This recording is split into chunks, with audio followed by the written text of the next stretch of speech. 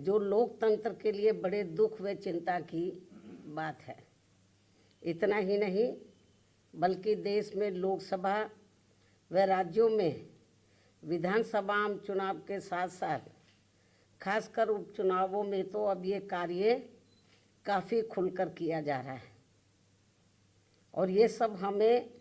हाल ही में हुए यूपी के उपचुनाव में काफ़ी कुछ देखने के लिए मिला है। और इस बार महाराष्ट्र स्टेट में विधानसभा के हुए आम चुनाव में भी इसको लेकर काफ़ी आवाज़ें उठाई जा रही हैं। ये अपने देश में यह लोकतंत्र के लिए बहुत बड़ी खतरे की घंटी भी है। ऐसी स्थिति में अब हमारी पार्टी ने ये फैसला लिया है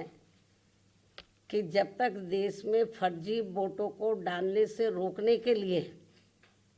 देश के चुनाव आयोग द्वारा कोई सख्त कदम नहीं उठाए जाते हैं तो तब तक हमारी पार्टी देश में खासकर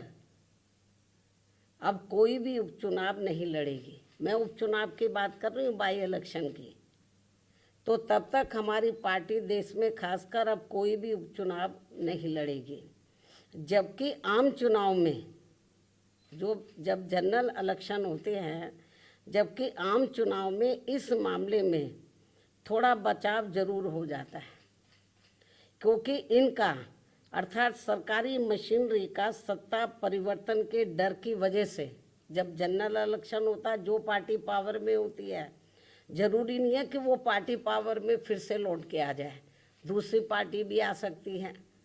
तो फिर वो जो सरकारी मशीनरी है वो थोड़ा घबराती है। जबकि आम चुनाव में इस मामले में थोड़ा बचाव जरूर हो जाता है, क्योंकि इनका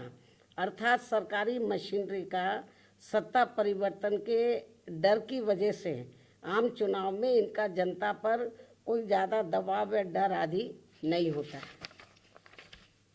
जिसे खास ध्यान में रखकर हमारी पार्टी देश में लोकसभा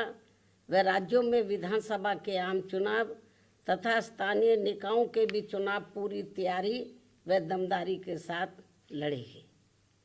इसके साथ ही यहाँ मैं ये भी कहना चाहती हूँ कि यूपी में सन 2007 में बीएसपी की अकेले ही पूर्ण बहुमत की सरकार बनने के बाद से कांग्रेस, बीजेपी व इनके समर्थक सभी जातिवादी पार्टियां ये सोचकर काफ़ी घबराने लगी थी कि यदि बीएसपी केंद्र की सत्ता में आ गई तो फिर बाबा साहब डॉक्टर भीमराव अंबेडकर का व इनके अनुयायी रहे मान्यवर श्री कांशीराम जी का भी हर मामले में अधूरा रहा सपना जरूर साकार हो जाएगा, जिसे रोकने के लिए फिर इन्होंने अंदर अंदर आपस में मिलकर ये जो जातिवादी पार्टियां हैं, कांग्रेस, बीजेपी और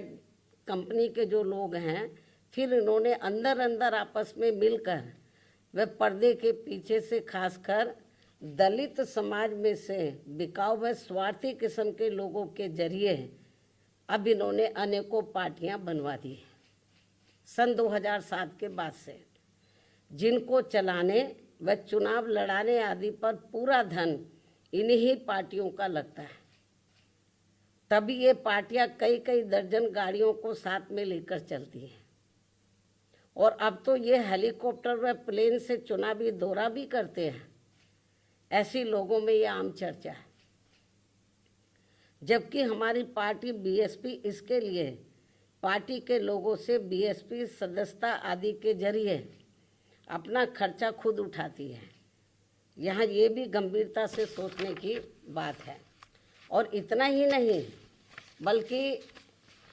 फिर ये विरोधी पार्टियाँ अपने राजनीतिक लाभ के लिए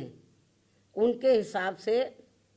उनसे उम्मीदवार खड़े करवा के अब बीएसपी को कमज़ोर करने में लगी है। इसके साथ ही अब तो इन बिकाऊ व स्वार्थियों को मजबूती देने के लिए अब ये विरोधी पार्टियां अपना खुद का भी वोट ट्रांसफ़र करवा के इनके हर राज्य में 1-2 एमपी व एमएलए भी जितवा कर भेज रही है। इसलिए ऐसे सभी बिकाऊ व स्वार्थियों की पार्टियों को अब अपने भोले भाले दलितों, आदिवासियों, अन्य पिछड़े वर्गों व अक़लियतों को भी अपना एक भी वोट देकर खराब नहीं करना है। ये सब हमें अभी हाल ही में हरियाणा, महाराष्ट्र, झारखंड के हुए विधानसभा आम चुनाव के साथ साथ यहाँ उत्तर प्रदेश में भी 9 विधानसभा की सीटों पर हुए उपचुनाव में काफ़ी कुछ देखने के लिए मिला है। ऐसे में अब इन सभी वर्गों के लोगों को इन्हें जाति, बरादरी, रिश्ते नातों, यार दोस्तों आदि के भी चक्कर में न पड़कर अपना वोट ऐसी किसी भी पार्टी को नहीं देना है, बल्कि अपनी एकमात्र हितैषी पार्टी बीएसपी को ही अपना वोट देना है, जिसकी नीतियों व कार्यशैली को इन्होंने